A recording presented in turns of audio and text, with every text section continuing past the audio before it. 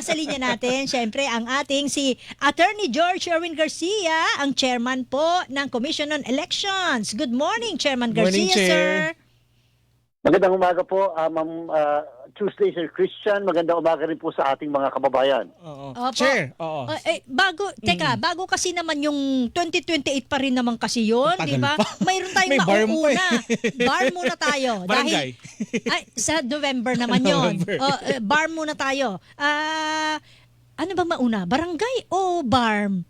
Chair, ano pa mauna? Barm po muna. Barm, Sir Christian, Ma'am September. Tuesday, sapagkat yung barm po ay September 14, Tama. samantalang ang barangay and SK elections ay November 2 Yan. naman ng taon na ito. Walang pahinga. Pero magkasunod halos yun, Chair. Okay lang ba yun? Kaya ba yun ng COMELEC? Opo, isang buwan po ang pagitan. Yan naman po dalawang yan ay na-reset na ng ilang beses na rin. Kaya nga. Patungkol po dito sa Bangsamoro parliamentary election na kauna-unahan sa kasaysayan ng ating bansa na magkakaroon ng parliamentary election sa Bangsamoro. Kami po ay handang-handa na po dyan sa pagsasagawa niyan. In fact po, nitong nakaraang araw lamang ay natapos na yung 3 araw na filing ng certificates of candidacy Okay. sa 32 parliamentary district dyan sa Bangsamoro at talaga naman nakakatuwa. Sobra pong napakatahimik, wala po kahit na anong toward incident na nangyari o kahit na anong alingas-ngas na karoon ng problema dyan po sa filing ng certificates of candidacy. Yung ano ba, yung mga posisyon na napunuan ba lahat? Walang naiwan na bakante na walang nag-file, Chair? Yes po, dyan po sa buong 32 na parliamentary districts ay halos lahat may kandidato. Kung kaya nga lamang, talaga namang mapapansin nyo rin, may ilang parliamentary districts na hindi po madaming po nag-file ng candidacy. Halimbawa sa Lanao del Sur, meron 2 parliamentary districts na isa lang ang nag-file ng kanyang kandidatura. Diyan po naman sa Maguindanao, meron pong 2 lang o 3 ang nag-file ng kanilang kandidatura. Medyo kakaiba ito sapagkat alam natin, kalimitan pagka dyan sa Bangsamoro o sa Mindanao, napakadami nagpa-file ng kandidatura sa isang posisyon lamang. Ano kaya, sir, dahilan? Siguro nga po dahil sa yung iba, mga kakilala na o kaya naman common candidate na lamang, yan na lang ang ipatatakbuhin ng iba't ibang partido politikal. Bagamat, Sir Christian, ang COMELEC po ay nag-accredit ng 16 na kanya-kanya mga pinatakbo. Kung kaya lang, siguro doon sa mga lugar talaga na magkakamag-anak o yung magkakakilala na kahit magkakaiba ang partido, minarapat nila na iisa na lang ang papatakbuhin doon sa mga lugar na yan. Chair, sa ngayon ba nasa ilang porsyento ng handa yung COMELEC para sa pagpapatupad ng Barma elections? Tsaka masasabi ba natin na ito talaga tuloy na to sa September? Yes po, kami po yung mga nasa 85% na, 85% na sa paghahanda natin. Ang natitira na lamang po namin, kami po yung nakapag-command conference na sa AFP, PNP, Philippine Coast Guard at iba pang ahensya ng pamahalaan. Nilatag na natin yung mga security preparation. Kung kaya nga unang kita niyo po yung filing ng candidacy ay naging napakatahimik. At sana nga magsunod-sunod na kapag ka dumating na tayo sa tinatawag na campaign period naman o kaya yung may mga checkpoint at saka gun ban. Ang susunod naman po niyan ay tungkol doon sa mga sectoral organization. So, so far so good po yung preparasyon namin. By June, pa-finalize na namin ang list of candidates upang ito'y mailagay sa sistema at by July, mag-iimprenta na tayo ng balota. Tatandaan po ng lahat, ang Bangsamoro parliamentary election ay automated na halalan. Hindi po katulad ng barangay and SK election na manual na halalan po iyan. So, ibig sabihin, mabilis na lang din malalaman kung sino yung mga mananalo. So, dahil nga po sa sobrang pagkalalayo ng mga lugar din dyan sa Bangsamoro, may mga island municipality, napakalaking advantage po ang binigay sa atin ng ginawang batas ng ating Kongreso na sinabi na kung ano yung sistema, equipment, ano ang mga ginamit na dung 2025 national and local election ay yan din ang gagamitin sa Bangsamoro parliamentary election. So magiging napakadali po sa bandang gabi, pwede na nating malaman ng mismong araw ng eleksyon na September 14 kung sino ang nanalo, bagamat siyempre po yung tinatawag na regional candidates na nanalo, mga up to 2 days pa natin malalaman. Pero kung yan po yung manual, baka po 2 linggo na, magtatatlong linggo, hindi pa natin nalalaman kung sinong nanalo. Chair, kumusta yung seguridad? Wala pa ba tayo natatalang any untoward incident? Tsaka dahil pag national, meron tayong mga nilalagay sa red category, may mga ganong categorization. Ano? Dito ba sa BARM elections may ganon din? Nung pong nag-present sa amin ang Philippine National Police, wala pa po. Isa lang po ang nailagay pa nila na red category area, hindi dahil nagkaroon ng recent na violence o kaguluhan, subalit binasi lang nila sa kasaysayan ng lugar. Saan niya po yan sa Basilan? Isang munisipyo lang naman. Ang sinasabi po nila, so far, wala po silang namomonitor, walang nare-record na kahit na anong untoward incident na election-related. Siyempre nga po siguro, dahil nga wala pa nagpa-file ng candidacy nung kami ay makipagpulong sa kanila. So ang i-observe po natin, itong development naman, after ng filing ng candidacy na nagkaalaman na, sino ang mga kumakandidato at ano mga partido politikal ang naghain ng mga o nag-offer ng kanilang mga tao na tatakbo sa iba't ibang posisyon. Ayun. Ibig sabihin, mapayapa ang... So far. So far, doon yung environment na kung saan gagawin yung parliamentary elections natin. Mabuting, malaman yun. Hindi katulad ng mga nagdaan na sunod-sunod, yung mga untoward incidents na sinasabi mo nga, Christian. At least ngayon, parang wala naman tayong nababalitaan na may mga ganong nangyayari na may kaugnayan dyan sa gaganaping parliamentary elections, Chair. Ang Tuesday, maganda pong pagsisimula iyan. Siguro din, pagka tinanong din tayo ano kayang kadahilanan, maliban siguro sa nailatag nating maayos na sistema at at the same time, yung equal opportunity for all na ipresenta natin sa kanila. At tatandaan din na wala po kasing eleksyon sa gobernador. Sa vice-gobernador, sangguniang palalawigan at mga mayors, wala po yan. Sapagkat yan po ay sa national and local election ng 2028. So therefore, nakakompine lamang ang labanan doon sa tinatawag na parliamentary district. Maaari yan din ang nakapagpagaan nitong pagsisimula ng ating ikangay electoral exercise na tinatawag nating Bangsamoro Parliamentary Election na mangyayari po sa September 14. Ang susunod na po namin gagawin naman, Sir Christian, ng Tuesday, yung malawakan talaga na voters information campaign, kinakailangan maituro natin sa mga kababayan sa Bangsamoro paano sila boboto. O isang balota lang yan, may pictures pero paano sila boboto. Alam niyo po ba na sa sectoral organization, parang party list natin, ang boto ng isang botanteng Moro ay 1:6. Isang botante, 6 na sectors. O 6 na boto ang iboboto niya sa sektor. Ganun pala. Kaiba pala doon sa iba. kanila, no? Bakit 6? Sige nga, ipaliwanag nyo nga, Chairman. Sa isang Yan botante, po kasi 6 na sektor. hindi po katulad sa atin, sa ating party list, yan nga po yung sinasabi rin ng COMELEC na sana sa party list, Ganun baguhin na ng batas, i-classify na natin yung mga organization sa iba't ibang sektor. Halimbawa, sektor ng kababaihan, sektor ng mga kabataan, sektor ng Kalusugan. mga nakatatanda. Sa kanila may ganun po, sektor ng kababaihan, sektor ng kabataan, sektor ng mga tinatawag na settlers. So, kung ako'y nagpa-accredit bilang organisasyon ng kababaihan, doon ako ilalagay sa sektor ng kababaihan. So, kung halimbawa po, Ma'am Tuesday, 3 ang organisasyon na nagpa-accredit sa kababaihan at ang kababaihan sektor ay entitled sa isang representasyon sa parlamento, kung sino ang number 1 o mananalo sa organisasyon na 3 yan, siya po ang magre-representa sa kababaihan. Nangangahulugan, Ma'am Tuesday, Sir Christian, sa bawat isang pagkakataon, laging merong representasyon ang bawat sektor dyan sa parlamento. Hindi katulad sa atin, sa party list, 1:155 ang kalaban mo. At may posibilidad na ang mahahalal ay hindi lahat ng sektor ay Hindi mabibigyan nire-representa. ng representasyon. Ayun, maganda yun na, Chair. Pero, Chair, nabanggit na, napag-uusapan na rin naman natin yung eleksyon, yung halalan. Chair, may mga nangangamba. May election daw ba?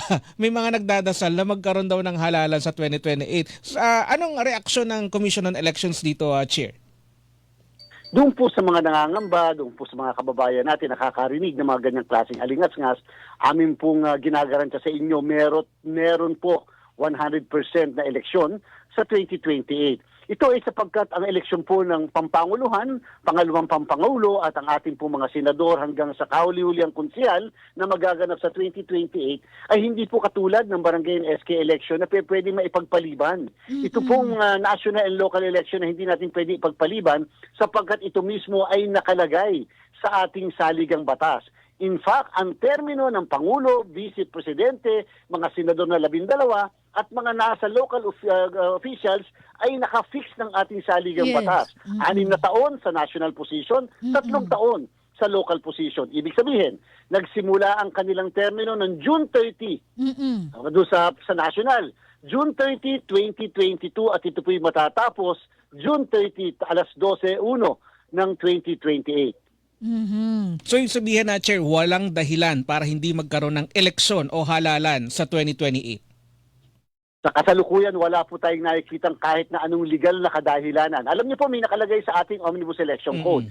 Pwedeng hindi matuloy ang isang eleksyon pagka merong tinatawag na violence, terrorism, kaya naman tinatawag nilang yung force majeure, yung bang mga hindi mo inaasahan, biglang dumating yung acts of God. Nagkaroon ng lindol, nagkaroon ng bagyo, o anuman pong natural calamity na hindi mo talaga masasagawa ang eleksyon. Subalit, sabi ng batas, pwede ipagpaliban ng halalan, kaya lang kinakailangan ito'y muling ituloy 30 araw matapos mawala yung naturang kalamidad o naturang pangyayari na hindi dahilan kung bakit hindi natuloy ang halalan. So meron at meron pa rin. Mayroon. Ibig sabihin, hindi kailangan tumagal ng taon bago gawin talaga yung Hindi po. eleksyon. Hindi po talagang kinakailangan at yun po ay mandato, Ma'am Tuesday, Sir Christian ng COMELEC. Baliwala po kami, walang kwenta kami kapag kaya na hindi namin na isagawa ang halalan na yan. Yan po ang mandato ng inyong komisyon sa halalan. Kaya again, ginagarantiya natin sa ating mga kababayan, huwag po kayong mag-alala, mag-entertain ng kahit na anong kaisipan na hindi matutuloy ang 2028. In fact po, kami po yung naghahanda na para sa 2028 election. Sa Lunes nga po, Ang aga. nagpa-meeting kami ng stakeholders para ipresenta sa kanila yung tinatawag naming terms of reference sa mga makina, sa mga transmission, sa overseas voting, internet voting na ating pong isasagawa at ipapatupad para sa 2028. Ayun. Ang dami palang ginagawa ng COMELEC, ano? Hindi mabakante. Oo, yung barangay NSK elections Doon naman, pa lang. Chairman, November. Ano na naman ang mangyayari sa atin yan? O, Tuloy na yan. tuloy na yan. May mga proposal po Ma'am Tuesday, dyan sa mababang kapulungan na ipagpaliban ito sa Ayun na 2027. Meron na, opo, may nadinig tayo, parang October 2027 ang kanila pong panukala. Sa Senado naman po ay meron din tayong nadinig na October 2027 din ang kanilang panukala na pagpapaliban ng ating pong barangay and SK elections. Kami naman po kay COMELEC po, kami po yung ngayon 90 to 95% na po kami handa para sa barangay and SK elections na imprenta na natin ang mga balota at konting-konti na lang nagamit ang amin pong hinihintay na ma-procure ang mabili natin. Ganito po, kung sakasakali pong mapopostpone ng isang halalan katulad ng barangay and SK, Ma'am Tuesday, Sir Christian, gusto ko pong sabihin, katulad ng mga nangyari dati, pagka po ito'y na-reset, kailanganin natin ang dagdag pa na 3 bilyon piso muli Yes. doon sa natitirang budget ni COMELEC. At the same time, yung budget po na meron si COMELEC sa kasalukuyan na natitira, mga 11 billion po yun, Ma'am Tuesday, Sir Christian, ay hindi po pwedeng ilipat sa ibang item o gamitin sa ibang item. Nasa saligang batas po yan na ipinagbabawal na gagamitin yung nailaan na, lalo na kung ito'y eleksyon. Tama. Pero Chair, ano yung posisyon nyo doon sa mga panukala na ipagpaliban ulit yung barangay elections? Siyempre po, hindi kami talaga magkakaroon ng official na posisyon sapagkat ang COMELEC ay Congress tagapagpatupad lang. Subalit, Sir Christian, na itanong niyo yan, personally, para po sa akin magandang maituloy na.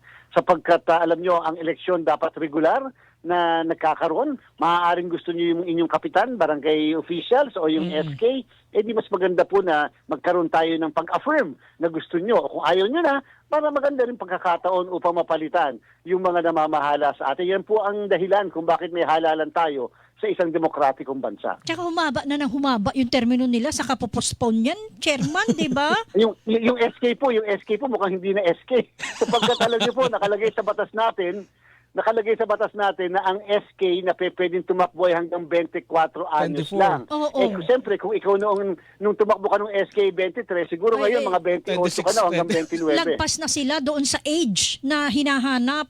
Hindi na siya kabataan. Chair, ano ba yung dahilan madala? Opo, pang ano na po, pang barangay chairman na o kaya barangay kagawad. Anyway. Ang tatawag nito. So, para sa taon na to, ang aasahan nating mangyayari ay yung BARM Parliamentary Election sa September 14. Kasunod niyan yung Barangay and SK election sa November naman. Chairman, tama? November 2 po. Opo, November 2. Pagkatapos Yan. na pagkatapos ng ating undas ay kinabukasan, ay boboto naman po tayo para sa ating mga barangay and SK officials. Okay. Ayan. Oh, Chair, isa lang, mabilis lang. Hingi lang kami ng update dun sa ginagawang pagsisiyasat ng COMELEC, dun sa isang viral video na kumalat kaugnay nung kay Congressman Leonardo Levice. Anong update dito, sir, Leandro. sa tinitignan ng COMELEC? Pinagutos po natin yung fact-finding. Inuulit po natin, fact-finding investigation, hindi po preliminary investigation. Magkaiba po yung dalawang yon. Yes. Fact-finding lang, alamin natin, number 1, talaga bang nangyari yung ganong klaseng pamimigay o pagkakataon? Number 2, at pinaka-importante, Sir Christian, Ma'am Tuesday, kailan ba nangyari yung kung talagang nangyari yung bagay na yan? Napaka-importante po yung katanungan na yan sapagkat may legal implication po yan. Kung yan ay nangyari, bago ang filing ng candidacy para sa 2025, wala pong jurisdiction si COMELEC. Kung yan ay nangyari after ng eleksyon ng 2025 na congressman na ang naturang personalidad, wala rin pong jurisdiction Tama. na si COMELEC after the election. Kung yan ay nangyari after the filing of the certificates of candidacy, depende sa date, pagka po yan ay bago pa mag-campaign period, wala pa rin pong jurisdiction si COMELEC. Ang jurisdiction ni COMELEC sa pagpapatupad ng election law ay papasok lang sa unang araw ng campaign period hanggang sa mismong 30 araw pagkatapos ng eleksyon.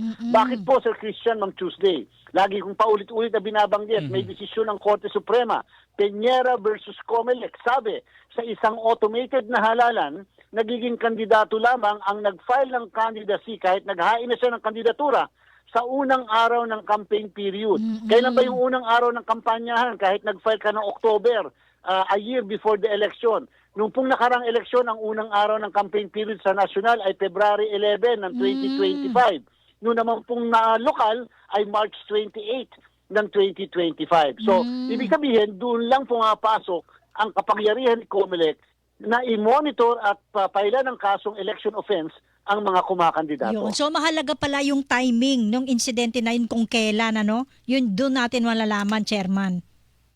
Opo. At yan po yung pinapa-verify natin more or less by tomorrow.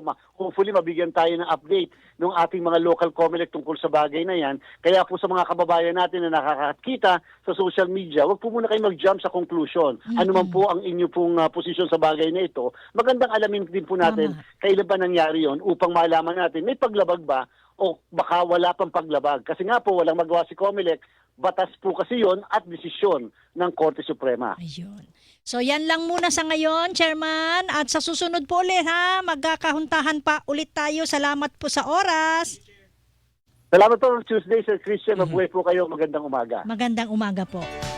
Mga kapuso, si Chairman George Erwin Garcia ng Commission on Elections. At Kinikilingan, walang pinopro